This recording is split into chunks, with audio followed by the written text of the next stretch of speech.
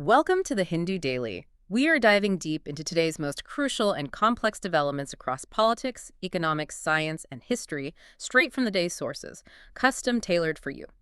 Our mission is to take these 7 distinct complex stories and, well, distill them into essential knowledge. We're starting right now with an editorial analysis. It's looking at the strategic use or maybe the subversion of legal systems in the U.S. Okay, let's unpack this. Look at the U.S. legal structure. It really frames how President Trump has repeatedly navigated legal challenges. It does. And when you look at the sheer size of it, I mean, the numbers are quite something. Yeah, over 1.3 million lawyers, Yeah. 400,000 law firms. It's just an enormous, complex battlefield, isn't it? Absolutely. And the source, it really zooms in on the top tier of this ecosystem. It identifies these key patterns, that seem to enable certain outcomes for powerful individuals. Right. So what are those patterns? Well, the source highlights 3 connected things among the wealthiest lawyers involved in these really high-stakes cases. First, it's the incredible salaries and assets they command. That's maybe obvious. Sure. Big money. Second, there's the famous revolving door, monetizing networks and expertise they got in government service when they just slide smoothly into these super lucrative corporate law jobs. Right. Cashing in on connections. And the third pattern, this one seems particularly, well, consequential for politics. Yes, it's their calculated willingness, really, to take on controversial, very high visibility political cases. Okay. And this creates a kind of specific legal machinery that, according to this analysis, has allowed Mr. Trump to, well, repeatedly avoid legal consequences in the usual sense. All while treating the law itself as more of a tactical tool. Exactly. And if you connect this to the source's sort of core argument, it details the sheer volume of his legal history. We're talking over 4,000 suits since the 1990s. 4,000. Wow. Yeah, spanning everything from, civil business fights to major criminal indictments. But the key insight here is that for Trump, the courts aren't really venues for seeking equity or, objective justice. So what are they then? They are purely a path to deals. That's the term used. The only thing that matters is winning, whether that's monetarily, reputationally, or politically. That sounds like a pretty radical inversion of what the judicial system is supposed to be about. It is. It means the letter of the law is only useful if it creates leverage. And the spirit of the law. Irrelevant, according to this view. The source argues he sees the law as subordinate to his interests, period. So how does he exploit it? Well, he exploits the system's own mechanisms, things designed to protect liberty. Specifically, the doctrine of the presumption of innocence. Okay. And the heavy reliance on plea bargains. This figure is staggering. 90% of criminal cases in the U.S. are settled this way. 90%? That's huge. It is. And this systemic reliance on settlements, often done, away from public scrutiny, it's perfectly ripe for exploitation by someone who just wants to delay, minimize, or avoid public accountability altogether. So the argument is that complexity, which was designed maybe for due process, gets turned into a shield. That's the gist of it, yeah. But I have to ask, the source calls this subversion. Isn't leveraging legal complexity just what high-powered lawyers are paid to do? Where's the ethical line drawn here between, say, zealous advocacy and actual subversion?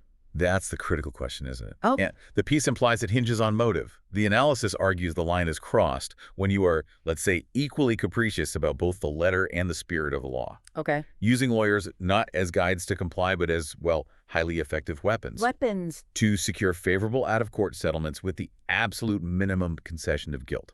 It becomes about getting a deal, not accepting a judicial outcome. The whole system just becomes a means to an end, and that end is always personal advantage. Okay, shifting gears completely now. Let's move to national economics and look at what's being called a historic stride, India's GST 2.0 reform.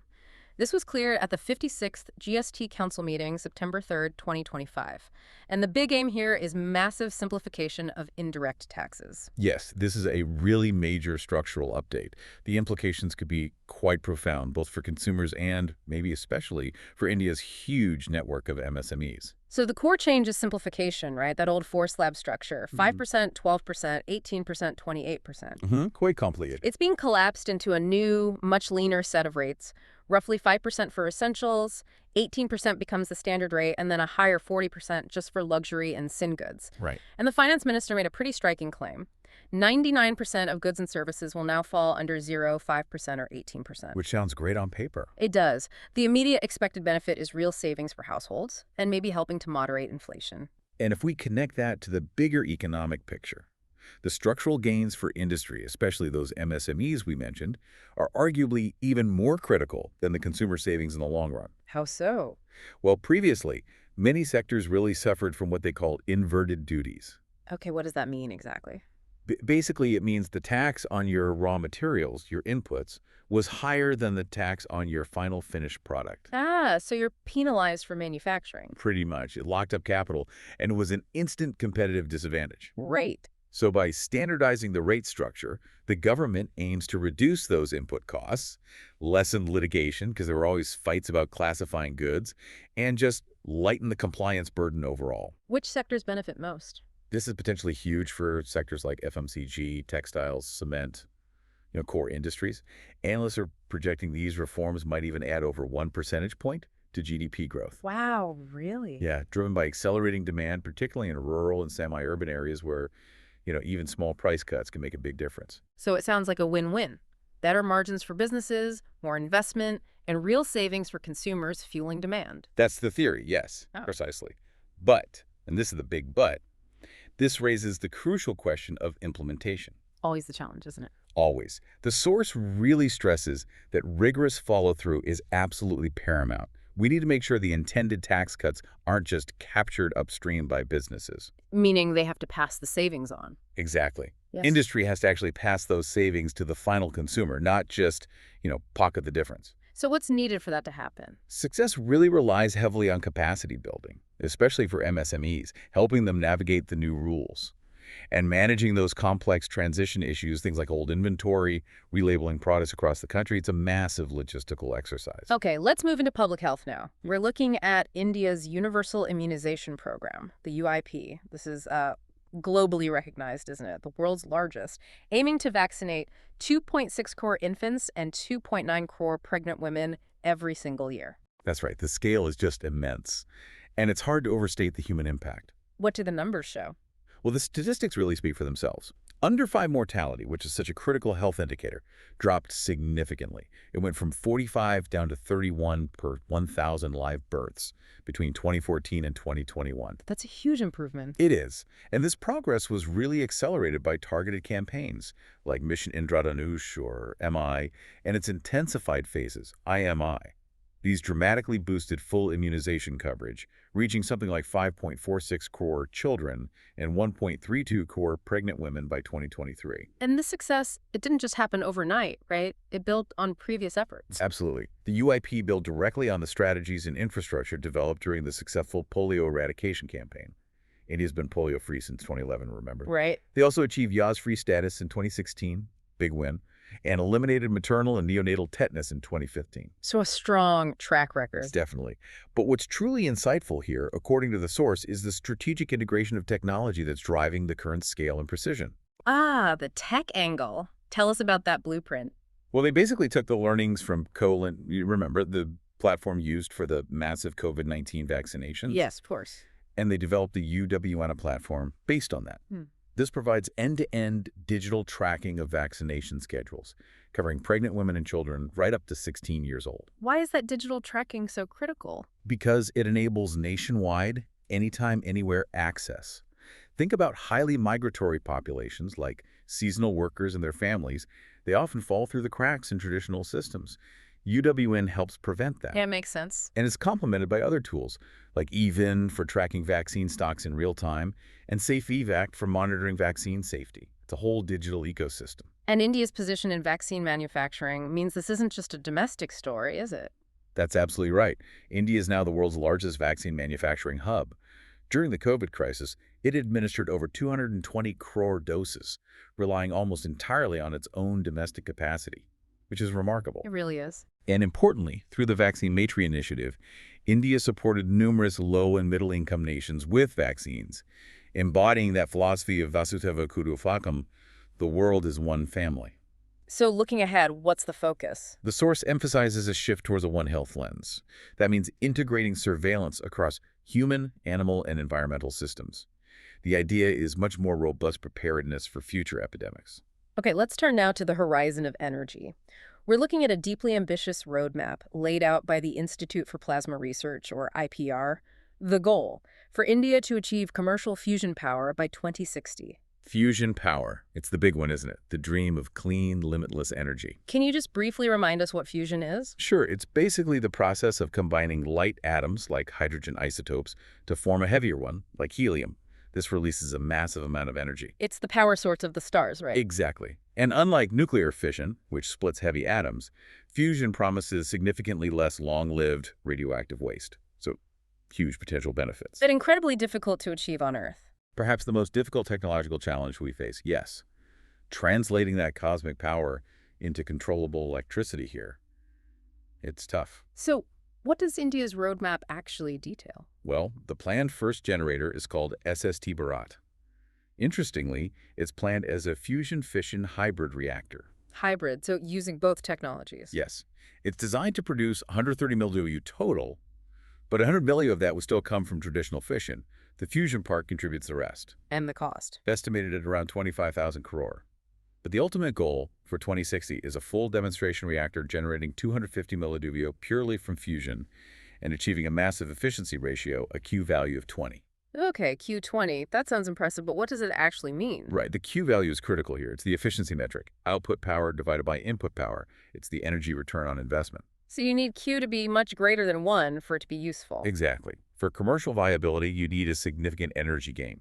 Now, for comparison, the huge international ITER project, which India is part of, is aiming for Q10. Okay, ITER is aiming for 10. And the current world record, held by the UK's JET facility, is only Q0.67. 0.67. So they got less energy out than they put in. That's right, only 67% back. Wow. So if the world's best can only manage 0.67, India aiming for Q20 by 2060.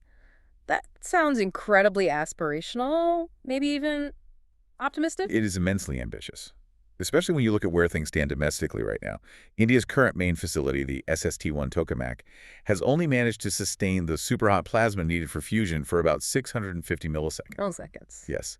And that reactor was actually designed for a 16-minute confinement window. So there's a huge gap between 650 milliseconds and the continuous, reliable confinement you'd need for steady power generation. A monumental gap. Yeah. Bridging that is the core challenge. So how does IPR plan to make that leap? What's the strategy? Well, they're proposing integrating some really cutting-edge technologies. This includes developing digital twins, basically highly detailed virtual replicas of the physical systems. To test things out virtually first? Exactly. To troubleshoot design flaws and operating parameters long before you start building the expensive hardware. They also plan to rely heavily on machine learning AI to develop better algorithms for real-time plasma confinement and stability, plus dedicated programs for developing advanced radiation-resistant materials, which is crucial. But there seems to be a tension here, doesn't there, between India's timeline, which seems quite long, and the global push. An expert, M.V. Ramana, introduces a note of caution in the source. Absolutely. Ramana points out quite soberly that nuclear fusion timelines are often not achievable. He stresses that the basic economic viability of fusion power is unproven.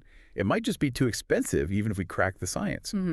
So India's 2060 target, while ambitious scientifically, actually places it on a slower path than, say, the UK's 2040 goal, or those hyper-accelerated timelines from US private firms aiming for the 2030s. So maybe India's timeline is more cautious, acknowledging the hurdles. Perhaps. It seems to reflect a more measured approach to the sheer scale of the technological challenges. But given all that uncertainty, what's the strategic value in pursuing this right now, even if commercial viability is decades away or maybe never happens? That's the central, really insightful tension the piece explores. Even if the deadlines slip, the strategic dividend from the R&D itself is immense. How so? Because pursuing fusion forces India to develop world-class capabilities in incredibly complex areas.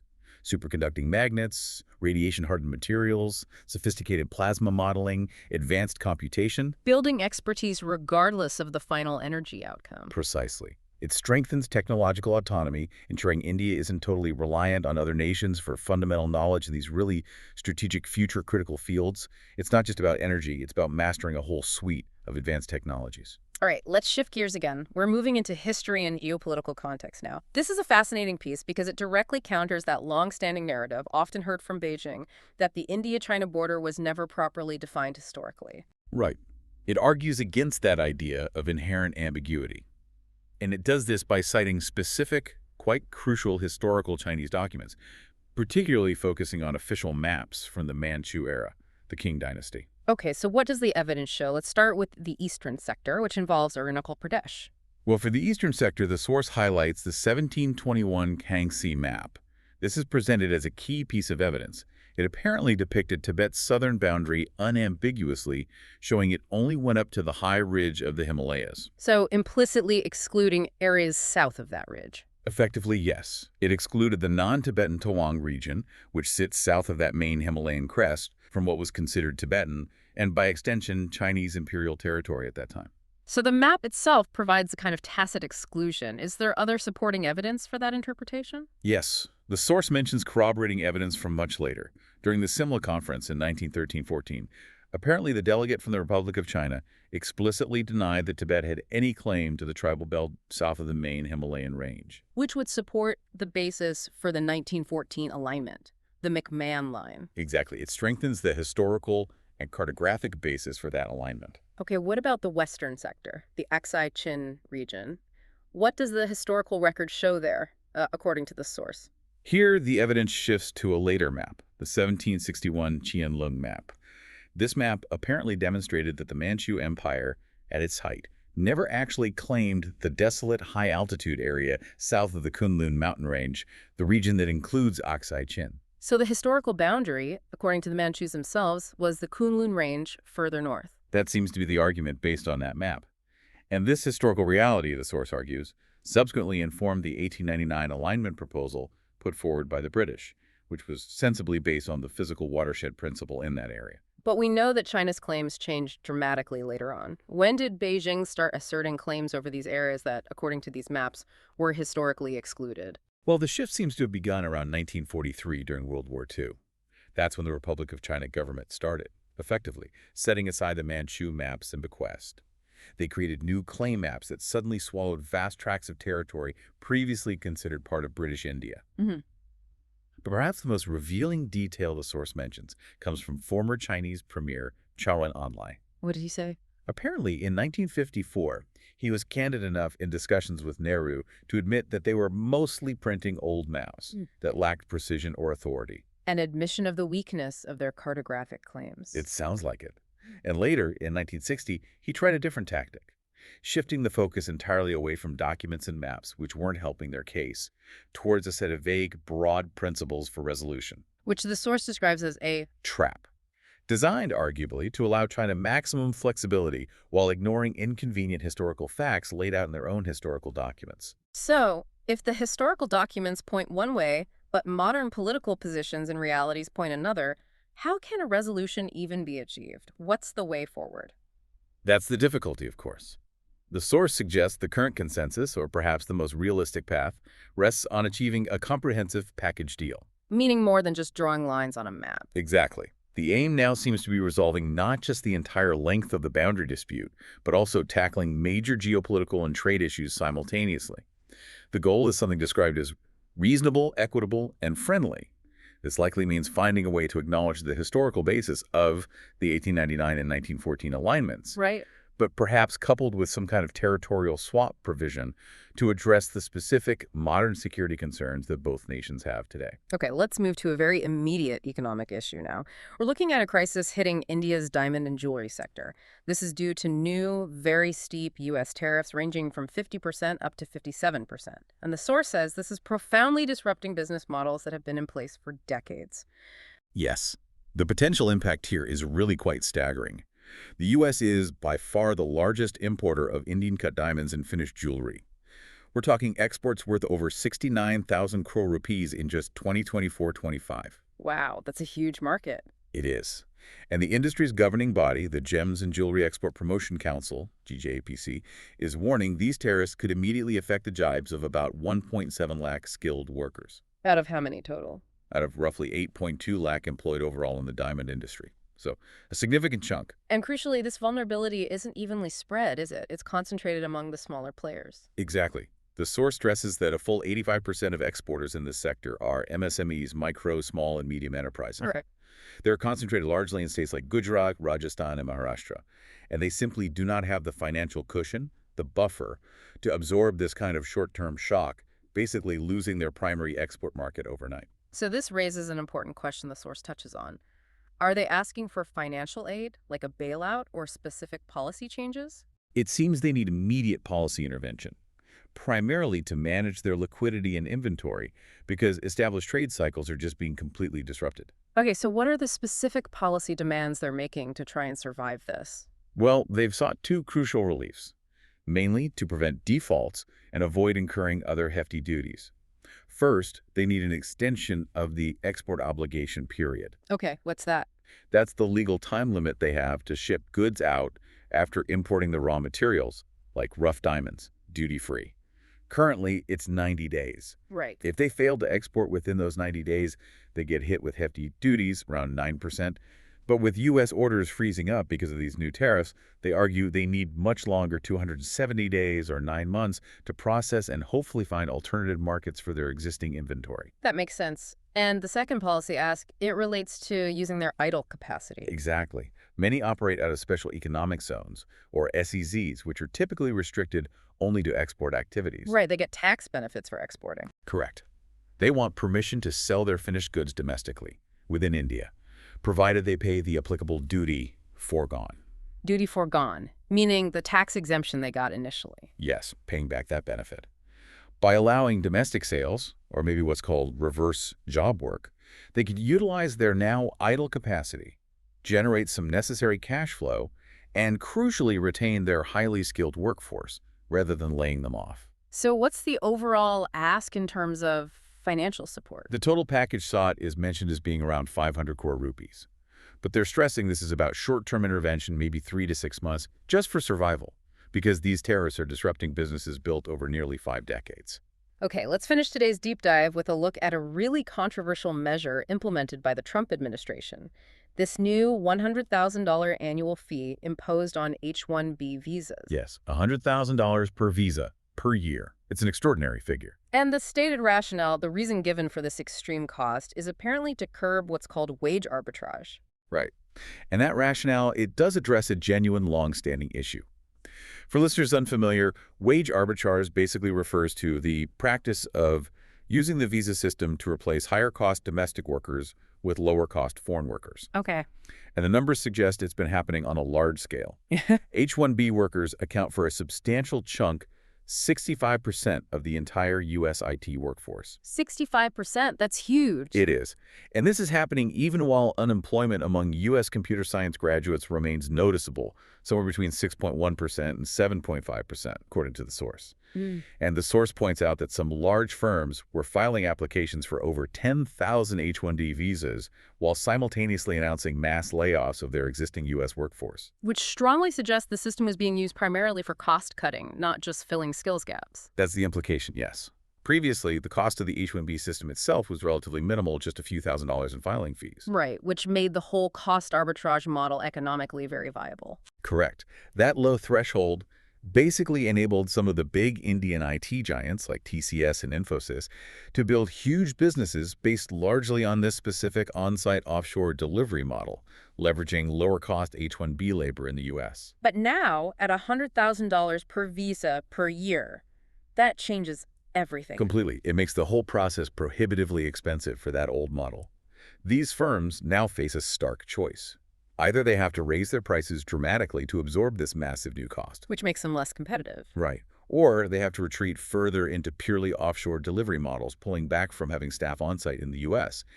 Either choice really undermines their traditional competitive advantage. But this policy, it's been described as a very blunt instrument. What's the collateral damage? Are there unintended consequences? Yes. And this is where the analysis gets really insightful.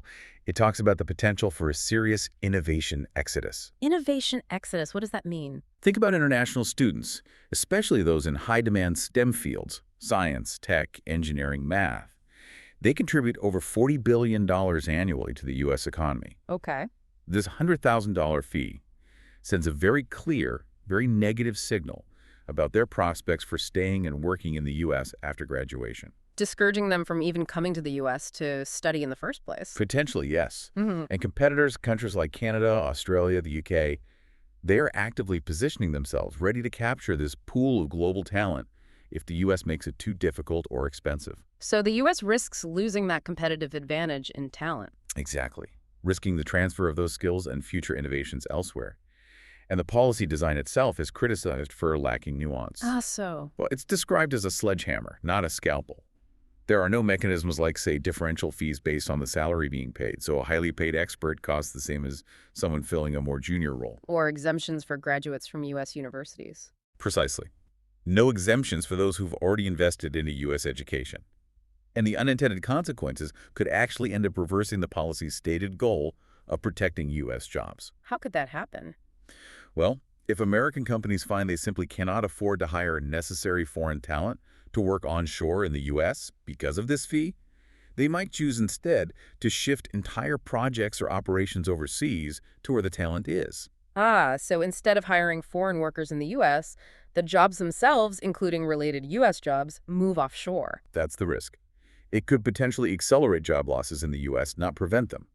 Plus, it impacts competition within the U.S. tech landscape, too. In what way? Large established tech giants, think Google, Microsoft, Amazon, they can probably absorb a $100,000 fee relatively easily for key hires. It's a rounding error for them. But smaller companies, startups. Exactly. For startups, which often rely heavily on specialized international talent to get off the ground, this fee could be crippling, prohibitive. So it risks concentrating talent even further among the established giants. Yes, potentially stifling the diversity and dynamism of the crucial startup ecosystem. The argument is the U.S. risks basically gifting its hard-won technological advantages to its global competitors through these sudden, arguably self-imposed financial barriers. So quite a range today. Whether we're analyzing, the strategic use of legal complexity to secure deals or the deep structural changes needed for India's GST reform. Or the massive technological hurdles in the race for fusion power. Or indeed, the profound and perhaps unintended consequences of an extreme visa fee like this one. It seems the complexity of today's world really requires us to constantly question both the letter and the spirit behind every major policy decision. Definitely something for you to mull over today. Thank you for listening. If you want to provide suggestions, please contact on the Twitter handle given in the episode description. As always, we are eager to hear what our listeners want to be informed about. We wish you a great day.